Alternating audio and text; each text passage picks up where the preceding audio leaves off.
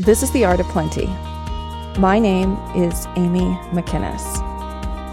And today we are diving into the topic of work-life integration. Let's get into it. You probably have heard of work-life balance. If you've been around and you've been a working professional at all since the 80s, you've heard work-life balance. What amazes me about work-life balance is that we're still talking about it. That we're still talking about it as though that is the ideal for life, even though in our day and age, that's not ideal. And it isn't as relevant for us as it was for the generations that came before us. Do you know when work-life balance first really came up was in factory work, where people were working insane shifts and they were trying to balance out life so that people that were working in factories also had time to live their life, because in factory workers were working insane hours. I can't even remember what the amount of time was that they were required to work. So when they introduced this idea in the early 1900s about having life and work balance, they were giving people more opportunity to have time in their life to do things. And the amazing thing was, when they introduced this, when they gave people time off work, the productivity level in work increased. So they got way more work out of people when people were able to have time to themselves. But again, this is the early 1900s. We are so far away from that time period. So this concept of work-life balance is so outdated. And it came back. So it had this beginning stages in factory work in the early 1900s. And then it resurfaced, I think it was in the 80s. And the reason why it resurfaced was because women were coming into the workforce in new ways than they had been in previous generations. As women were coming into the workforce, we had to once again talk about a way that we were going to be able to live our life and also work. And the reason for that is because, and everybody knows this is not new stuff, but the reason why we needed to talk about work-life balance when women entered the workforce is because women typically in that time, and maybe still, I don't know, I think we've changed as a society. I think we've changed as a culture. I know in my family it doesn't work this way, but women often do a lot of the work that happens at home. So in order to answer back to women coming into the workforce, we started talking about work-life balance, because so much of what women were doing was working both inside the home and then outside the home. So they needed to be able to balance both of those things so that they could feel good about their life. It stems from this idea that if we spend too much time working, we're going to burn out. As though what's happening in our work is going to impact us on a physical health level and a mental health level. And if we can somehow integrate more life and have less work, then we will reduce rates of burnout.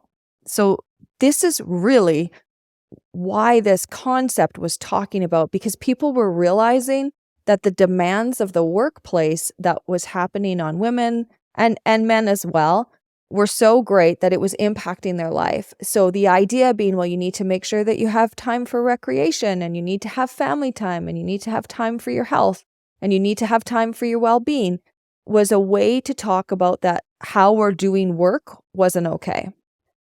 Now here's the deal. All of that concept, work-life balance, was before the internet. We work so differently now. We work different in almost every way possible. We can get calls, we can get emails any time of the day, whether we are in an office or whether we are not in the office. Our work has the ability to follow us home and to follow us around. And because of that, people thought, okay, we got to keep talking about work-life balance. But now we've added this piece about boundaries. And even in the early 2000s, when we would be talking about preventing burnout, there was a lot of discussion related to boundaries and specifically not bringing your work home. This was a huge thing within the helping profession. Looking at ways to segment yourself, to compartmentalize what was happening at work and separating that from what was happening at home so that your work wasn't coming into your home life. But anybody who is a mother, who is a parent, who is a spouse, who is a daughter, anybody recognizes that it doesn't work that way. We cannot compartmentalize our feelings. We can't compartmentalize our emotions and our experiences and leave that out just because we're going to work. That isn't to say, and I just really want to reiterate that because I have worked in the helping profession. I still work in the helping profession. There is a need to create systems that when you're putting your whole heart and your soul into work and the work is demanding in an emotional way, there has to be ways that we release ourselves from the work and where we don't ruminate on the things that happened in our workday all night long and all through the weekend. So this idea of compartmentalizing and separating work from life is definitely needed in the sense that we want to protect from burnout. But the way that we did that before isn't relevant.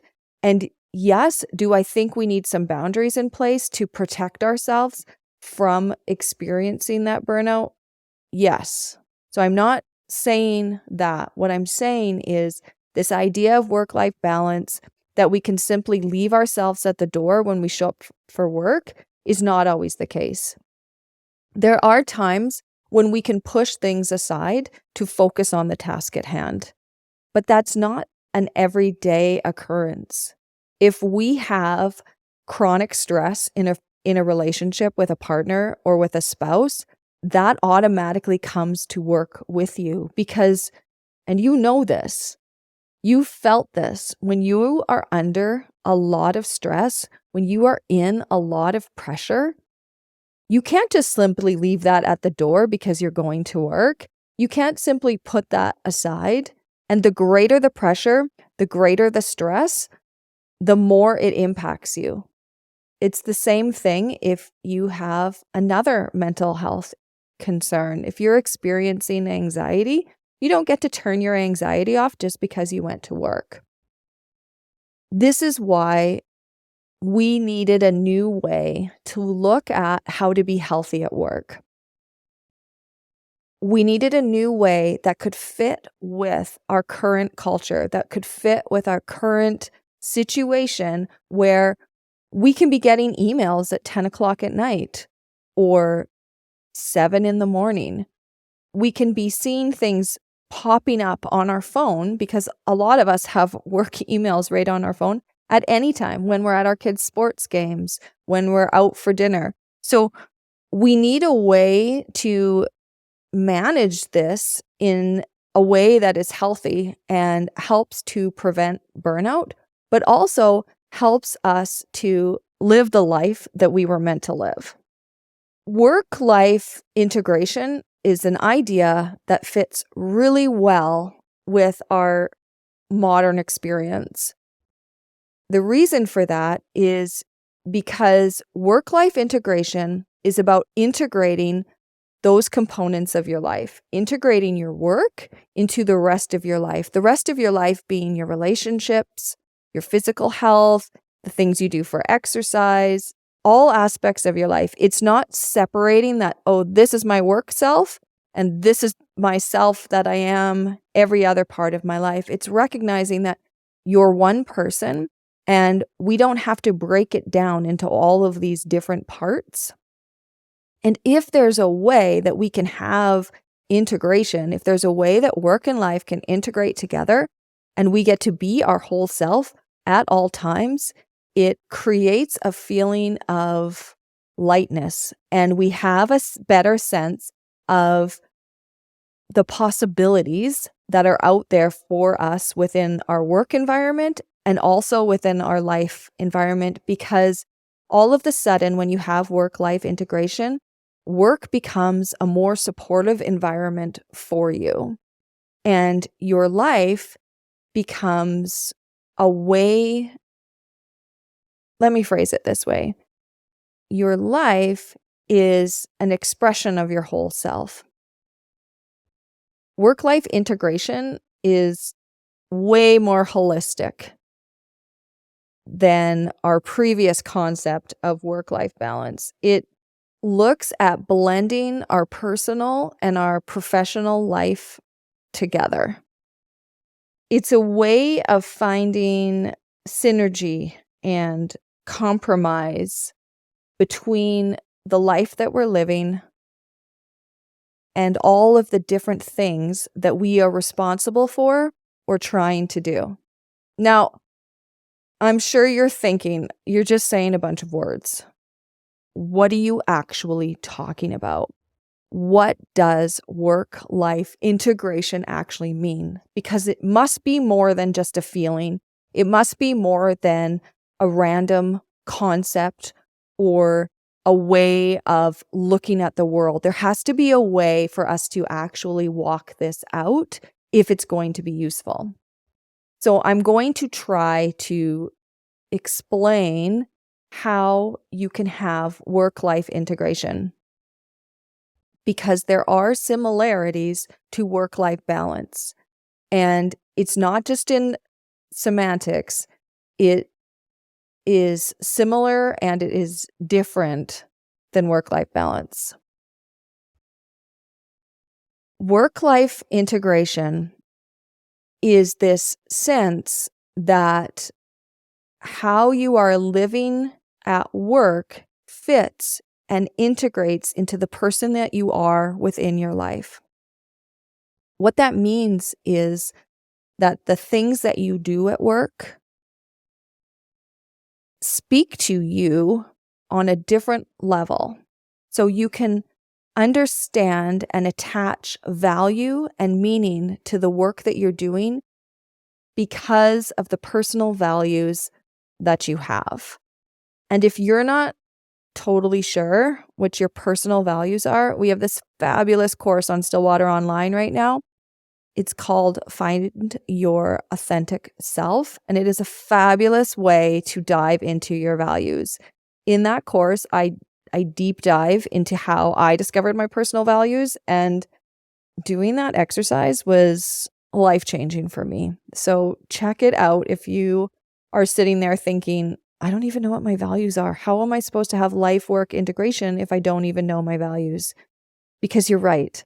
The first step of having that alignment between your life and your work and having that integration comes from really knowing yourself and comes from knowing what your personal values are and how they relate to the work that you do. Because in order to have integration, you have to have value alignment. You have to believe that the work that you're doing is worthwhile, that it's making a difference, and it's a genuine belief. When you don't have that value alignment with the work that you're doing, it creates friction. And that friction is what leads to things like burnout. And that friction is what leads to things like wanting nothing to do with work, wanting to shut work down the minute you get in your vehicle, wanting to space out when you are actually at work.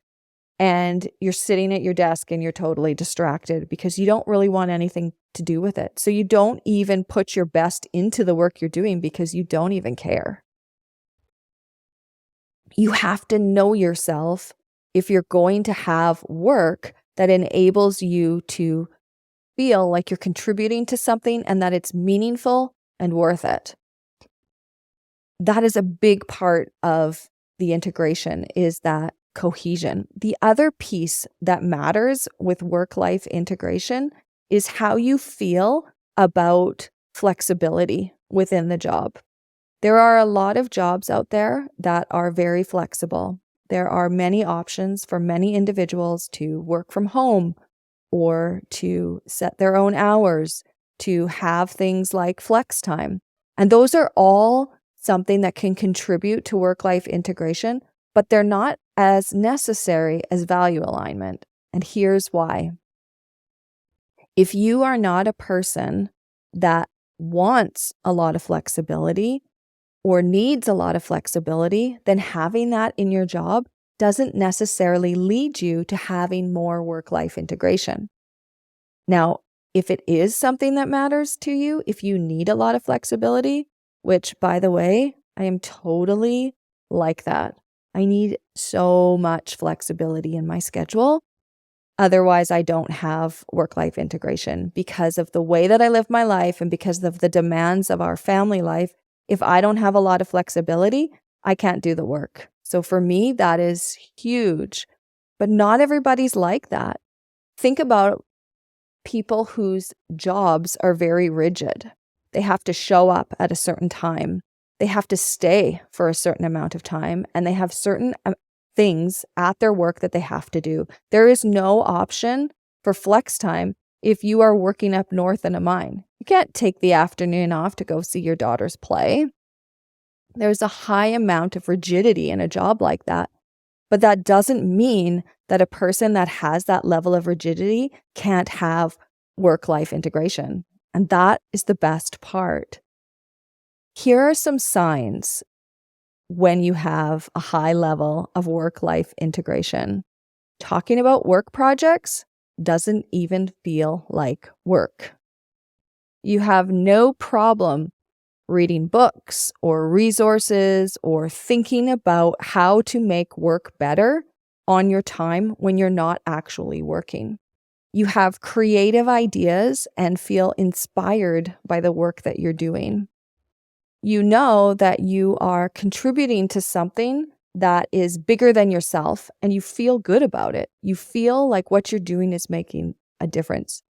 Here is the great part about it. You don't have to like everything that you do within your job. I was reading a book the other day about love and work, and I can't remember the author's name, but maybe we'll tag it in our YouTube channel. But they were talking about a study and the amount of work that you have to do in order to like your work or to have that level of integration. And it's not much, but you have to be able to do something every single day within your work that you actually like, that you actually love. So that cancels out a lot of other things that you maybe don't like. But here's the deal. When you believe in the work, you understand that even though there are tasks that you don't necessarily want to do, you understand that that's a part of the bigger picture, and you kind of can get through it easily because you know what you're doing and you feel that connection to the work that you're doing. There is a big blurring that happens when you have work-life integration. There's a big blurring between your work life and your personal life because your work is an expression or becomes an expression of who you are. And your life is an expression of who you are. So the things that we choose to do reflect who we are.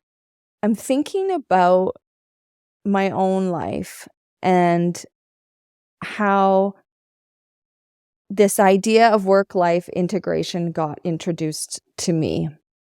It was a time in my life where I didn't necessarily have a lot of time that I could actually be working. It was when my family was younger, so I had more kids at home, and I didn't necessarily have a lot of time that I could devote to work. And it was a conversation that I was having with my mom, and she was talking about this concept of work-life integration even before it was really a thing. I heard it from her first. And it was because that was always how she lived her life. She never separated or broke things down like, this is my work. It was always just life. This is her life. And the reason why she didn't break it down into all of these different compartments, I think, was because she was she stayed home with us when we were kids. So she didn't work outside of the house. And because of that, because when you stay at home and you work within the home, your whole life is technically work. So you have to find ways to keep interested in the things that you're doing because there isn't that separation. There's just work. So from her perspective, it was just her life. And when we would talk about that, she applied that thinking of it's all life to me in my situation, which included a bit of work and being at home. And it was through those conversations that I really started to embrace work-life integration. And now in my professional career, because we have a company and because we have people that work for us, I really wanted to dive into making work meaningful because I knew not only did it increase productivity and success for the people that were working with us, it also increases people's enjoyment at work. And when people enjoy work, they are way more creative and it creates a different atmosphere for people to work at. It creates the type of place that I myself wanted to work at. So I knew that diving into work-life integration was going to matter. But as I said before, this doesn't mean that you don't have boundaries. There are things that I do specifically that I know when I'm doing those things, I don't have capacity to think about work. And there are times when I know that I need to not be having work conversations, even though I want to. And that's how I know that I have a lot of work-life integration. I really enjoy talking about work all the time. And it is exciting for me and it's interesting for me. And then there are also times when I'm not talking about work. I'm talking about other parts of my life.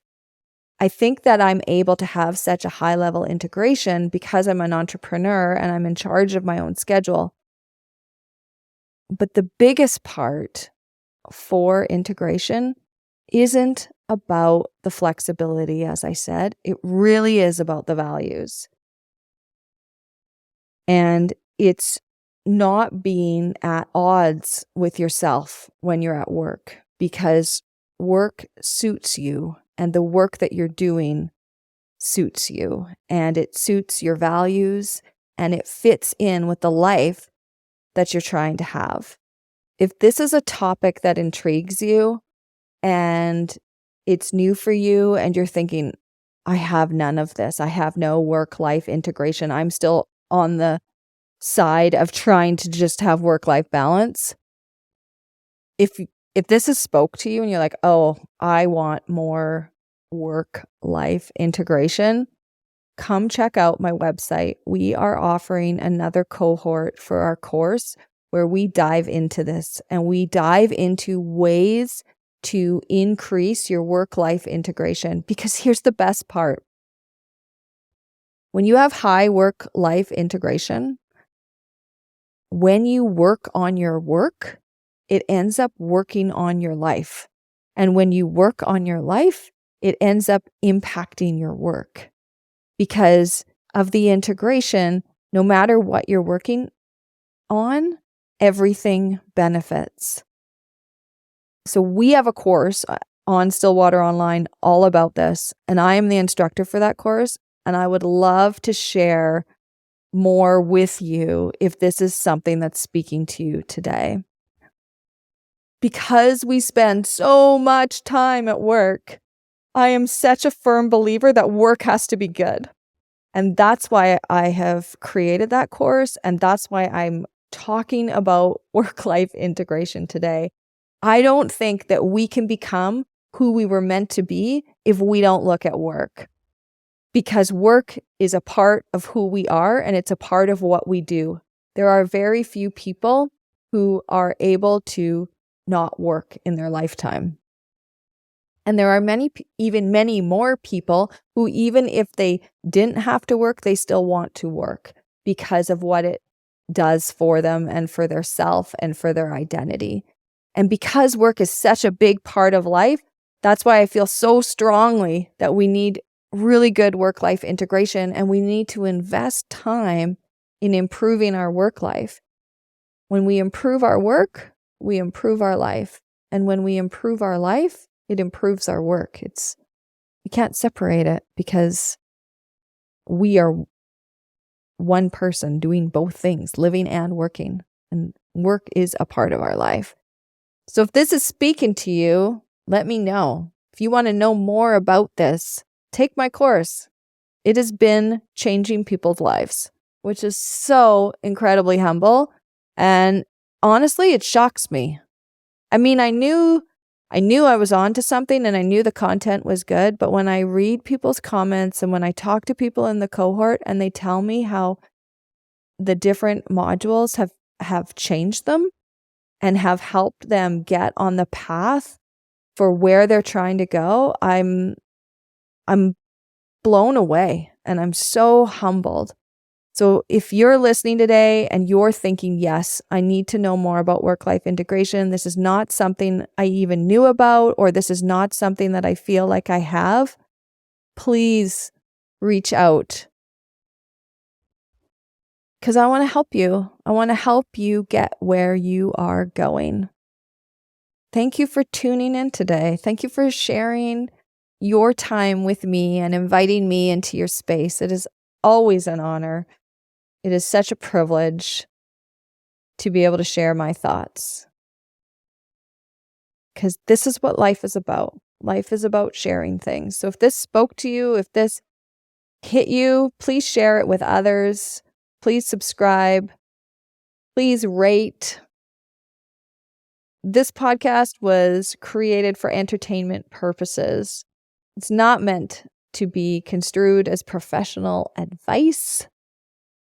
And once again, thank you. Thank you for tuning in to The Art of Plenty. It's been a pleasure that you were here.